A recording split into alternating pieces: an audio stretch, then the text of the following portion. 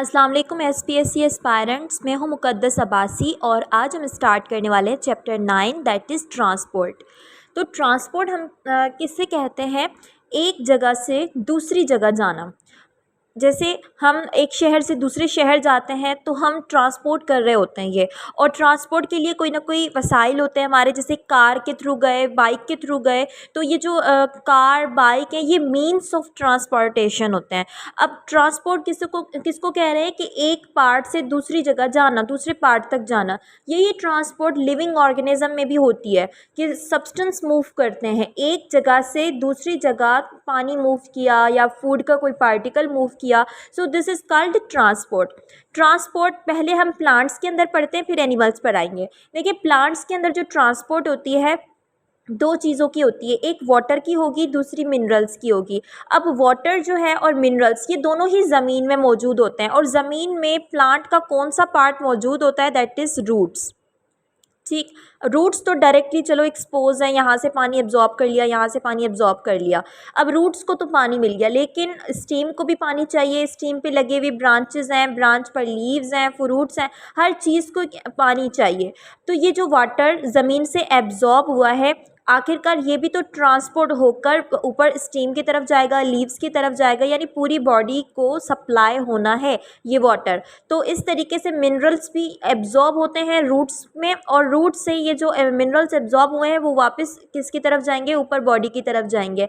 इन substances का move करना is called transport in plants. अब ये जो ट्रांसपोर्ट होती है फूड की, मिनरल्स की, वाटर की, इसको हम कहते हैं ascent of sap. Ascent of sap यानी वाटर का और मिनरल का दोनों का साथ में अपवर्ड मूव करना। So the upward movement of water along with mineral is called ascent of sap. ये जो ट्रांसपोर्ट होती है ये दो प्रोसेस के थ्रू होती है, that is passive transport and active transport. भले वो वाटर की ट्रांसपोर्ट हो या मिनरल के ट्रांसपोर्ट हो, दोनों में एक्टिव एंड पैसिव ट्रांसपोर्ट हो सकते हैं।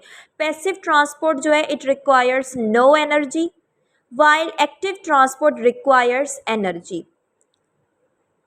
ठीक, अब किस तरीके से होती है उसके लिए हम ये टॉपिक पढ़ेंगे, दैट इज़ ट्रांसपायरेशन। ट्रांसपायरेशन पढ़ने के बाद ये क्लियर हो जाएगा कि वाटर किस तरीके से मूव करता है।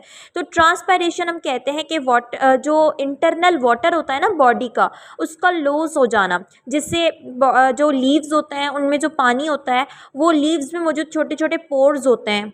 लीव्स के सरफेस पर मौजूद छोटे छोटे पोर्स होते हैं, उनमें उन पोर्स से वो पानी जो होता है वो वेपर्स की फॉर्म में बाहर आ जाता है। इस प्रोसेस को हम कहते हैं transpiration. Loss of internal water in vapour form from aerial part is called transpiration through stomata. ये जो पार्ट्स है ना, ये जो पोर्स नज़र आ रहे हैं, उनको हम क्या कह रहे हैं? स्टोमेटा कह रहे हैं। अब क्या होता है कि एक सेल से अगर पानी रिमूव हो गया तो उसमें होगी पानी की कमी, तो ये दूसरे सेल से ले लेगा with the help of passive transport. हमने पढ़ा है ना कि एक सेल में किसी चीज़ की कमी होती है तो दूसरा अपनी हाई कंसंट्रेशन उसे देकर लो कंसंट्रेशन को, दोनों बराबर हो जाएंगे। So this is passive transport. अब इस सेल में जो कमी होगी ये बराबर वाली सेल से पानी ले लेगा। इस तरीके से पूरी स्टीम, पूरे लीव्स में पानी जो होता है वो मूव कर रहा होता है, अपवर्ड मूव कर रहा होगा एक सेल से दूसरे सेल की तरफ। अब जब स्टीम का पानी खत्म होता जाएगा तो अब ये रूट से पानी लेना स्टार्ट कर देंगे। So this is called transpiration pull, यानी जो पानी एवापोरेट हो चुका है उसकी वजह से जो कमी हुई है अब वो पूरी करने के लिए दूसरे सेल से पानी लिया जाएगा, और इस तरीके से लेते लेते ये रूट्स का पानी जो है वो ऊपर जा रहा होता है। अब पानी की ट्रांसपोर्ट इस तरीके से होती है, वो सेल्स या फिर ऐसे समझे वो रूट, वो पाथ जहाँ से पानी मूव करेगा उस पाथ को हम कहते हैं जाइलम। तो वाटर की जो ट्रांसपोर्ट होती है वो जाइलम के थ्रू होती है, और जो मिनरल्स की, फूड की जो ट्रांसपोर्ट होगी वो फ्लोएम के थ्रू होगी। मिनरल्स अगर वाटर में डिजोल्व हैं तो वो जाइलम से ही मूव करेंगे, और अगर सॉलिड पार्टिकल्स या जो फूड बना है ना वो फ्लोएम के थ्रू मूव करता है। तो इन पे फर्दर हम पढ़ते हैं, पहले ट्रांसपायरेशन को कंप्लीट कर लेते हैं। ट्रांसपायरेशन के फ़ायदे हैं कि ट्रांसपायरेशन पुल क्रिएट होता है जिससे ज़मीन का पानी ऊपर की तरफ भी आना स्टार्ट हो जाता है, और एक्सेस वाटर भी रिमूव हो जाता है। और ट्रांसपायरेशन जैसे कि एक एंडोथर्मिक प्रोसेस है। एंडोथर्मिक का मतलब क्या होता है कि हीटिंग, इसको हीट चाहिए होती है प्रोसेस को होने के लिए, तो सराउंडिंग जो होगी वो इसकी कूल हो जाएगी। जब सराउंडिंग कूल हो जाएगी तो गर्मियों में ट्रांसपायरेशन जो है वो मेंटेन करेगी टेम्परेचर को। जितना टेम्परेचर ज़्यादा होगा उतना ही ट्रांसपायरेशन ज़्यादा रेट से होगी, तो इस वजह से हम कहते हैं ये डायरेक्टली रिलेटेड है। ह्यूमिडिटी का मतलब होता है कि एयर में, एटमॉस्फेयर में वाटर वेपर का इंक्रीज़ हो जाना। वाटर वेपर जब इंक्रीज़ हो जाए तो उसे हम कहते हैं ह्यूमिडिटी। तो ह्यूमिडिटी इन्वर्सली प्रोपोर्शनल होती है, जितना ज़्यादा ह्यूमिडिटी होगी उतना ट्रांसपायरेशन जो है उसका रेट कम हो जाएगा। हवा के से भी ज़्यादा हो जाता है, डायरेक्टली रिलेशन है ना। तो जितनी ज़्यादा हवा होगी उतनी ज़्यादा ट्रांसपायरेशन होगी। एटमॉस्फेरिक प्रेशर का इन्वर्स रिलेशन है, यानी प्रेशर ज़्यादा होगा एटमॉस्फेयर का तो ट्रांसपायरेशन कम हो जाएगी। जाइलम फ्लोएम को एक दफ़ा देख लेते हैं। तो जाइलम जो है ये 4 टाइप्स ऑफ टिश्यूज़ से बना हुआ है, और जबकि फ्लोएम भी 4 टाइप ऑफ टिश्यूज़ से बना हुआ है। डिफरेंस क्या है कि वुड के जो मेन टिश्यूज़ होते हैं वो वेस्क्यूलर टिश्यूज़ होते हैं, और इसके फ्लोएम के जो मेन टिश्यूज़ है वो sieve tube and companion cells हैं। ये फूड को ट्रांसपोर्ट करेगा फ्लोएम, जबकि जाइलम जो है वो वाटर को ट्रांसपोर्ट करता है, ट्रांसपोर्ट्स वाटर। और ये हार्ड वॉल्स से बना हुआ है, मतलब इसकी जो वॉल्स हैं वो हार्ड होती हैं due to the deposition of lignin. तो the next topic is translocation. Translocation हम कहते हैं कि जो फूड बनता है, प्रिपेयर्ड फूड, अब ये कहाँ बनता है, प्लांट्स की बात हो रही है, क्योंकि अभी हम जो ट्रांसपोर्टेशन पढ़ रहे हैं वो प्लांट्स में पढ़ रहे हैं। तो प्लांट्स के कौन से पार्ट में फूड जो है प्रिपेयर होता है, दैट इज़ लीव्स, जहाँ पर फोटोसिंथेसिस होती है। अब फोटोसिंथेसिस के नतीजे में जो फूड प्रिपेयर हुआ है वो तो सिर्फ लीव्स के पास है ना। अब लीव्स से पूरी बॉडी को सप्लाई भी करना होता है। तो अब जो ये सप्लाई किया जाता है प्रिपेयर्ड फूड, तो इसकी जो मूवमेंट होती है दैट इज़ कॉल्ड ट्रांसलोकेशन। और जो रास्ता, जो ट्यूब जिसमें से ये लीव्स, जिसमें से ये जो फूड है वो पास होगा, उसको हम कहते हैं फ्लोएम। एक तरह की वेसल होती है जिसमें से फूड जो है वो कैरी किया जाएगा। अब इस प्रोसेस को हम कह रहे हैं ट्रांसलोकेशन। ट्रांसलोकेशन किस तरीके से होती है, इस हिसाब से थ्योरी है बल्क फ्लो, या फिर इसको हम कहते हैं मंच hypothesis. It's not a theory, it's a hypothesis. Hypothesis इसके अकॉर्डिंग किस तरीके से ट्रांसलोकेशन होती है ये बता रहे हैं कि जब फोटोसिंथेसिस होती है तो लीव्स, जिसको हम कह रहे हैं सप्लाई एंड्स, सप्लाई एंड्स जो होते हैं इनके पास लार्ज अमाउंट हो जाता है किसका, सोल्यूट का, यानी ग्लूकोज जो प्रिपेयर हुई है वो लीव्स के अंदर मौजूद है। अब क्या होगा, जब एक सेल में, लीव्स का सेल है ये, इसमें सोल्यूट बहुत ज़्यादा मौजूद है। जब सोल्यूट ज़्यादा मौजूद होता है ना, और बराबर में जो भी चीज़ें मौजूद होती हैं उसके मुकाबले में अगर इस सेल के पास सोल्यूट ज़्यादा है तो इसे हम कहेंगे हाइपरटोनिक। तो अब क्या होगा, इसके पास पानी की कमी है। अब जाइलम जो इसके बराबर में मौजूद होगी ट्यूब, जाइलम से पानी जो होगा वो मूव करता हुआ आएगा लीव्स के सेल में।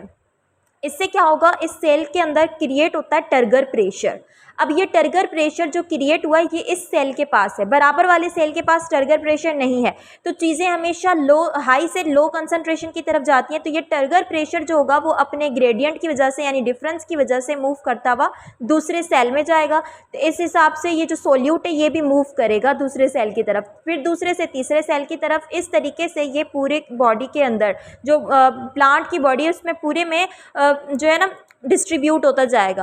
तो ये थ्योरी जो है बल्क फ्लो कहलाएगी या फिर मंच हाइपोथेसिस। ठीक, अब आते हैं हम एनिमल्स के अंदर ट्रांसपोर्ट कैसे होती है। तो एनिमल्स के अंदर तो एक सिस्टम है, लेकिन अगर बात यूनिसेल्युलर की होगी तो यूनिसेल्युलर के अंदर तो है ही एक सेल। अब एक सेल में जो कुछ खाने पीने के लिए आएगा भी तो वो पूरे सेल को ही मिल जाएगा। एक सेल से दूसरे सेल जाने को ही हम ट्रांसपोर्टेशन कह रहे हैं ना। तो इसमें ट्रांसपोर्टेशन की ज़रूरत ही नहीं है, इसमें सिंपल डिफ्यूजन से चीज़ें जो है वो फैल जाएंगी। फैलने के बाद जो एक्स्ट्रा मटीरियल होगा वो सेल से आउट भी हो जाएगा सिंपल डिफ्यूजन से, क्योंकि प्लाज्मा मेम्ब्रेन पूरे सेल की बाहर के इन्वायरमेंट से एक्सपोज्ड हुई हुई है। अब आते हैं मल्टी सेल्यूलर ऑर्गेनिज्म पर। तो मल्टी सेल्यूलर ऑर्गेनिज्म पर हमारे पास जो ब्लड होता है ना, सर्कुलेटरी सिस्टम जो है उसके थ्रू ये पूरे जो फूड होता है, जो ऑक्सीजन गैस है या फिर वाटर है, तो वो सर्कुलेटरी सिस्टम के थ्रू ही मूव करता है, क्योंकि ब्लड पूरी बॉडी में मूव कर रहा है। तो ब्लड के साथ साथ गैसेस, ब्लड के साथ साथ फूड, वाटर, वो भी पूरी बॉडी में मूव करता हुआ हर सेल को पहुंच जाता है। अब ये जो सर्कुलेटरी सिस्टम है ये 2 तरह का है, open circulatory system and closed circulatory system. नाम से पता चल रहा है ओपन सर्कुलेटरी सिस्टम, यानी इसमें क्या होगा, जो ब्लड होगा ना वो ओपन होगा। कोई ऐसी ट्यूब, कोई ऐसी वेसल नहीं होगी जिसके अंदर ब्लड जो है वो इनक्लोज्ड हो। पूरी बॉडी के टिश्यूज़ में फैला हुआ होगा ये ब्लड। तो ये जो ओपन टिश्यू स्पेसेस हैं जिसमें ब्लड भरा हुआ है, इसको हम साइनसिस कह रहे हैं।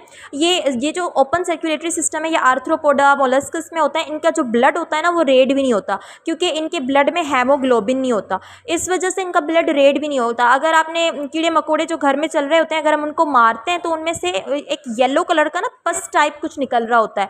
इट्स नॉट रेड, क्योंकि इसमें हेमोग्लोबिन नहीं है, तो ये येलो कलर का निकल आता है मटेरियल बाहर। और आपने देखा होगा कि अगर आप उनको मारते हो तो उनका पूरा ब्लड जो होता है, ब्लड हो या फिर जो भी कुछ होता है इनके अंदर, वो पूरा बाहर आ जाता है। यानी ऐसा नहीं होता कि कुछ हिस्सा ब्लड का बाहर आया, कुछ हिस्सा अंदर ही रह गया, ऐसा नहीं होता, क्योंकि उनके अंदर ब्लड वेसल्स नहीं होती। क्लोज सर्कुलेटरी सिस्टम में ब्लड की वेसल्स होती हैं जिसमें ब्लड फ्लो कर रहा होता है। ये मैमल्स में जो भी मतलब एडवांस्ड वर्टिब्रेट्स हैं उनके अंदर सबके अंदर क्लोज सर्कुलेटरी सिस्टम मौजूद है, यानी वेसल्स के अंदर ब्लड होगा। अगर कहीं कटवट लग जाता है तो फिर सिर्फ उसी जगह से ही ब्लड जो है वो आता है। ऐसा नहीं है कि एक दफ़ा कहीं से कट लगा तो पूरी बॉडी का ब्लड बाहर आ गया। So this was all about close circulatory system. अब हम आते हैं ट्रांसपोर्ट इन मैन की तरफ, कि हम इंसानों में ट्रांसपोर्ट सिस्टम किस तरीके से होता है। क्योंकि जो हम गैसेस इन कर रहे होते हैं, जैसे ऑक्सीजन गैस है, ये तो लंग्स में आती है। लंग्स का एक पार्ट है दैट इज़ कॉल्ड एल्व्यूलाई।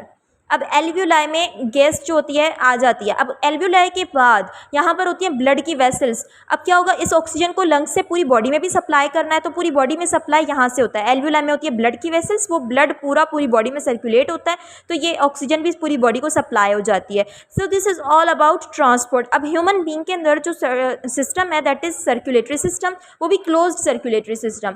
और क्लोज्ड सर्कुलेटरी सिस्टम के 3 कंपोनेंट हैं जो हम पढ़ेंगे, blood, heart and blood vessel. Blood जो कि हार्ट उसको पंप करेगी, और किसके थ्रू ये जो बॉडी के अंदर फैलेगा, ये ब्लड वेसल्स होंगी जिसमें ये ब्लड आएगा। तो अब हम मतलब वन बाय वन हर एक को डिटेल्स में पढ़ेंगे। सबसे पहले हम ब्लड को पढ़ते हैं। ब्लड एक तरह का फ्लूइड है, एक तरह के पानी की तरह ना फ्लूइड होता है। अब इसमें ये तीनों चीज़ें पाई जाती हैं, प्लाज्मा, कार्पसल्स एंड प्लेटिलेट्स।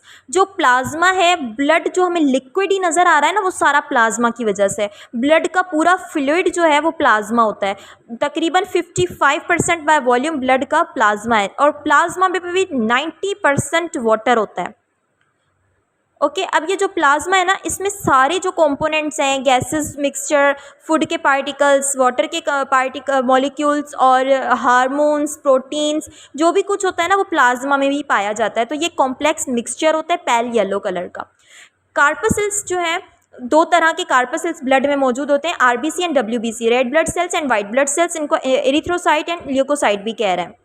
अब ये जो रेड ब्लड सेल है, इनका काम क्या होता है, ये रेड कलर के होते हैं और ये ना डिस्क शेप होते हैं, इस तरीके से बायकॉन्केव डिस्क शेप होते हैं। इनका काम क्या होता है, जो ऑक्सीजन हमने ली है इन्वायरमेंट से, या जो फूड हमें मिला है, उसको पूरी बॉडी में ट्रांसपोर्ट करने का काम इरिथ्रोसाइट का होता है। ठीक है, इसमें न्यूक्लियस नहीं होता। So red blood cells are non nucleated, और इनमें हेमोग्लोबिन होता है, इस वजह से ये रेड कलर के होते हैं। इनकी प्रोडक्शन की साइट क्या है, बोन मेरो में ये प्रोड्यूस होते हैं, और 120 डेज़ के बाद ये डेड हो जाते हैं, यानी फिर ये कन्वर्ट हो जाए, ये ख़त्म हो जाएंगे, इनकी डेथ हो जाती है। वाइट ब्लड सेल्स पर आए तो वाइट ब्लड सेल्स कलरलेस होते हैं, इनका कोई कलर नहीं होता, इस वजह से इनके पास हेमोग्लोबिन भी नहीं है। ओके, इरेगुलर शेप होती है इनकी, और इनके पास न्यूक्लियस है। इनका जो काम है that is to kill germs. ठीक है, जर्म्स को किल करना इनका काम है, इस वजह से इनको पुलिस ऑफ द बॉडी भी कहा जाता है। पेज नंबर 189 पर ल्यूकोसाइट्स की कुछ टाइप्स दी हुई हैं और उनके फंक्शंस भी दिए हुए हैं, तो उनको एक नज़र टेस्ट के लिए देख लीजिएगा। प्लेटिलेट्स, प्लेटिलेट्स जो होते हैं ये भी ब्लड का ही पार्ट है, लेकिन बहुत ही स्मॉल अमाउंट में ये मौजूद होंगे। प्लेटिलेट्स जिनको हम कहते हैं थ्रोम्बोसाइट, बुक में तो ये नाम नहीं है थ्रोम्बोसाइट, लेकिन हो सकता है आ जाए, तो थ्रोम्बोसाइट इनको कहते हैं प्लेटिलेट्स को। जब भी कहीं पर कट वगैरह लग जाता है, कहीं पर भी ब्लड वगैरह आ जाए, तो क्या होता है कि ये प्लेटिलेट्स वहाँ पर मूव करते हैं और एक एंजाइम प्रोड्यूस करते हैं। वो एंजाइम क्या करता है कि फाइब्रिनोजिन जो कि प्लेटिलेट्स में मौजूद है उसको कन्वर्ट करते हैं फाइब्रिन में, और ये फाइब्रिन जो होती है ये सोल्यूबल नहीं होती। फाइब्रिनोजिन जो है वो सोल्यूबल प्रोटीन है, फाइब्रिन एक इनसोल्यूबल प्रोटीन है जो कि वहाँ पर जमा होना स्टार्ट हो जाएगी, क्लोट हो जाएगी, एक जगह जमा हो जाएगी ना, इस वजह से जो ब्लड होगा वो फर्दर फ्लो नहीं करता। तो हम कह सकते हैं कि प्लेटिलेट्स का जो मेन फंक्शन है that is to clot blood, यानी खून जो जमा होता है ना वो इसकी वजह से होता है, प्लेटिलेट्स की वजह से। तो इन सब के फंक्शंस हमें पता चल गए ब्लड के कंपोनेंट्स पे। अब हम आते हैं हार्ट की तरफ। अब ब्लड के डिसऑर्डर्स को देखें तो दो तरह के ब्लड के डिसऑर्डर्स हमारी बुक में गिवन है। एक है ल्यूकेमिया, दूसरा है थैलेसीमिया। ये दोनों बीमारियां हैं। ल्यूकेमिया जो है इसमें क्या होगा कि जो वाइट ब्लड सेल्स होते हैं ब्लड में वो इंक्रीज़ हो जाते हैं, जबकि जो रेड ब्लड सेल्स हैं वो कम हो जाते हैं।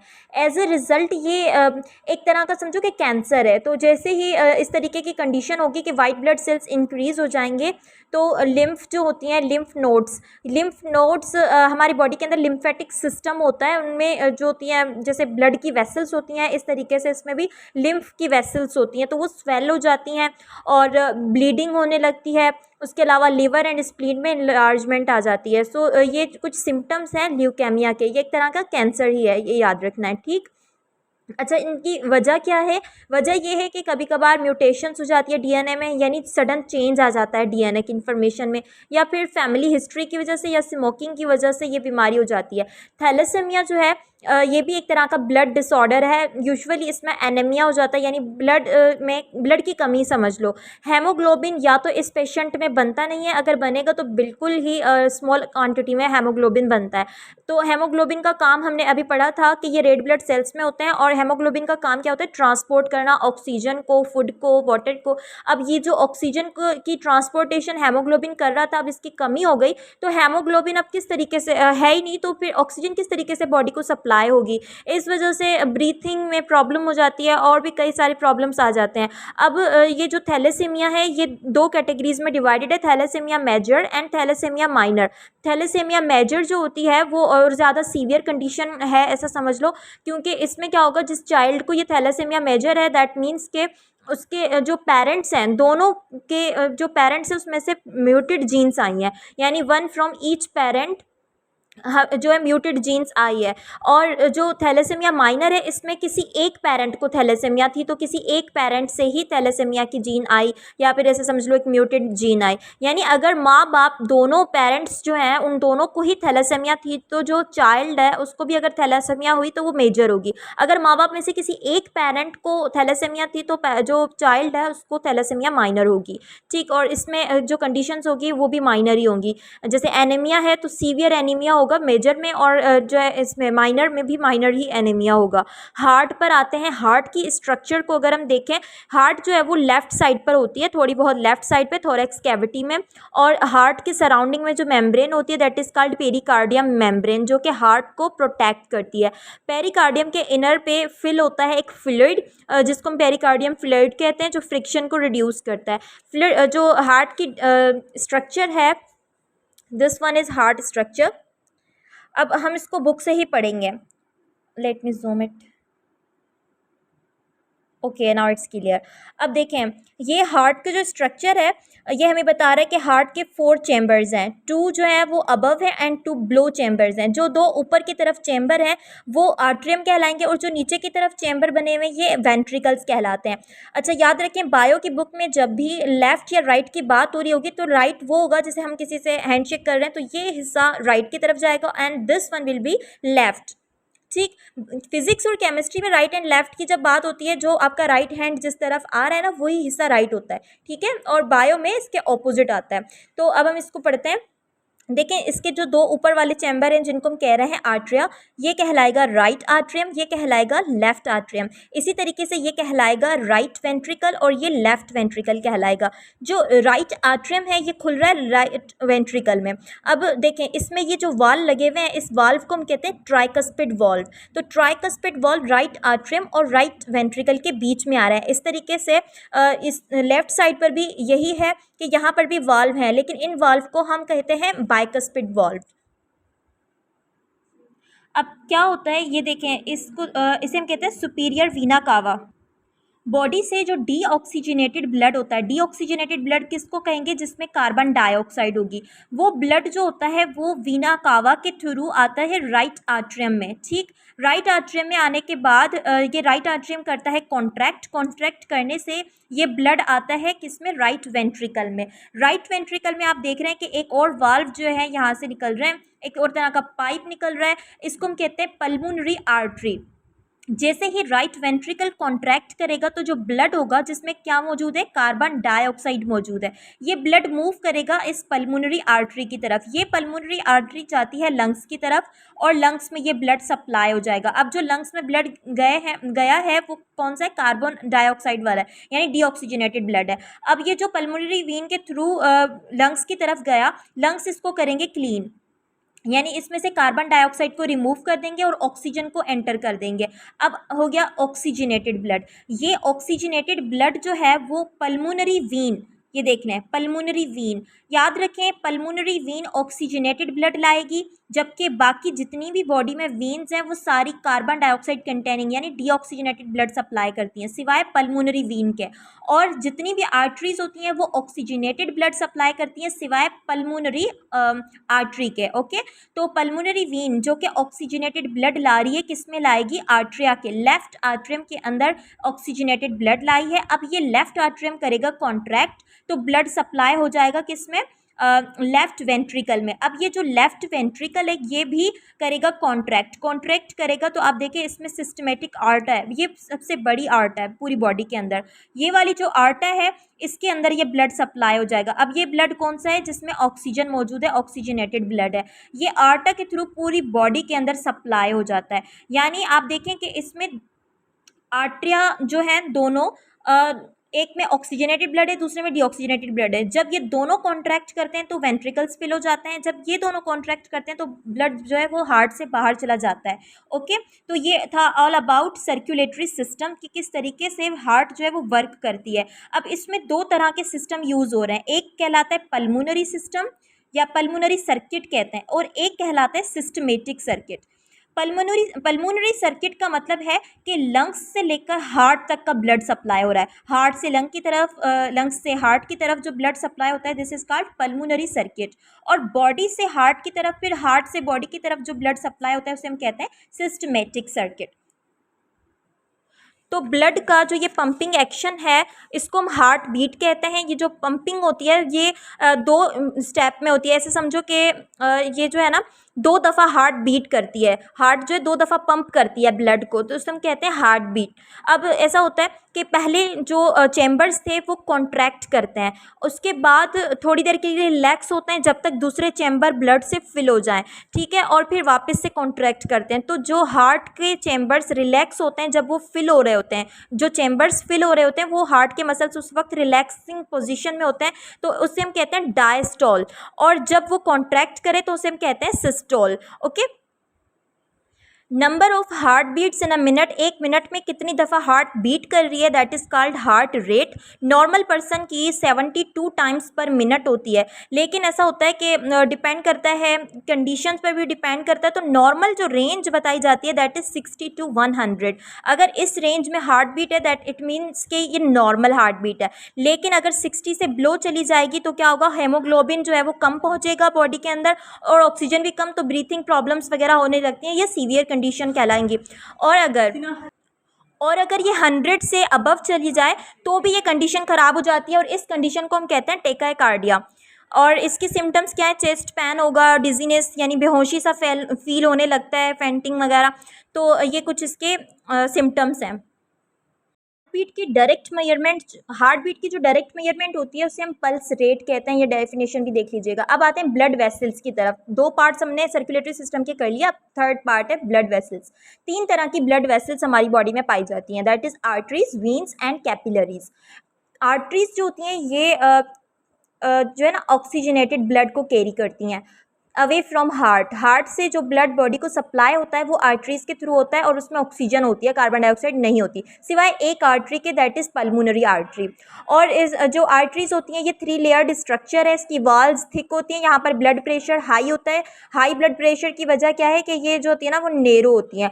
वीन्स जो है इसमें डीऑक्सीजनेटेड ब्लड होता है और ये बॉडी से लेकर हार्ट की तरफ जो ब्लड जाता है, बॉडी टू हार्ट जो जाएगा वो वीन्स होगा, और हार्ट से बॉडी की तरफ जो जाएगा वो आर्टरीज के थ्रू जाएगा। तो ये डिफरेंस आप देख लीजिएगा। वीन्स जो है ये भी 3 लेयर्ड स्ट्रक्चर है, थिन वॉल्ड स्ट्रक्चर है, और इनमें जो ब्लड प्रेशर है इट रिमेंस लो। कैपिलरीज पर आए तो कैपिलरीज जो है ये माइक्रोस्कोपिक ब्लड वेसल्स होती हैं और इतनी बारीक होती हैं कि इनमें सिंपल डिफ्यूजन भी हो जाता है। ऐसा होता है कि जो एक्सचेंज हो रही होती है ना बॉडी के टिश्यूज़ या सेल्स की तरफ, वो इन कैपिलरीज़ के थ्रू ही हो रही होती है, पार्शली परमिएबल होते हैं। ठीक, ये कुछ आर्टरीज़ का डिफरेंस देख लीजिएगा कि पल्मोनरी आर्टरी जो होती है वो लंग्स को सप्लाई करती है ब्लड, हेपेटिक आर्टरी लिवर को, और रीनल आर्टरी किडनी को, फेमरल आर्टरी जो है वो लोअर लिम्ब को सप्लाई करती है। तो ये वीन्स होंगी तो यहाँ से डीऑक्सीजनेटेड ब्लड सप्लाई हो रहा होगा। ठीक, अब आते हैं कार्डियोवैस्कुलर डिसऑर्डर। ये दो नाम याद रख लीजिएगा कि पल्मोनरी सर्कुलेशन के अबाउट जो डिस्कवरी हुई थी वो इब्न नफीस के थ्रू हुई थी और सिस्टमेटिक सर्कुलेशन विलियम हार्वे के थ्रू। कार्डियोवैस्कुलर डिजीज़, ये डिसऑर्डर्स, ये वो बीमारियां हैं जो कार्डियो यानी हार्ट से रिलेटेड प्रॉब्लम्स होती हैं। ऐसा होता है कि जो फेट है वो जमा हो जाता है हार्ट के वेसल्स में, ब्लड की वेसल्स जो होती है ना उसमें जमा हो जाता है। तो अगर ब्लड वेसल्स के इनर साइड पर ये फेट जमा हो जाए तो उसे हम कहते हैं एथेरोस्क्लेरोसिस, ATH।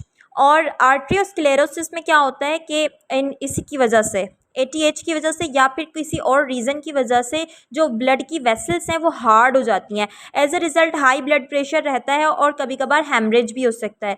तो इस कंडीशन को हम आर्ट्रियोस्क्लेरोसिस कहते हैं। लास्ट में है मायोकार्डियल इन्फेक्शन, मायोकार्डियल इन्फेक्शन। तो ये जो है हार्ट अटैक को ही कह रहे होते हैं। ओके, ये फैट्स की वजह से होता है। कोलेस्ट्रॉल जितना ज़्यादा होगा उतने हार्ट अटैक के जो है ज़्यादा चांसेस होते हैं। So here chapter ends. All the best.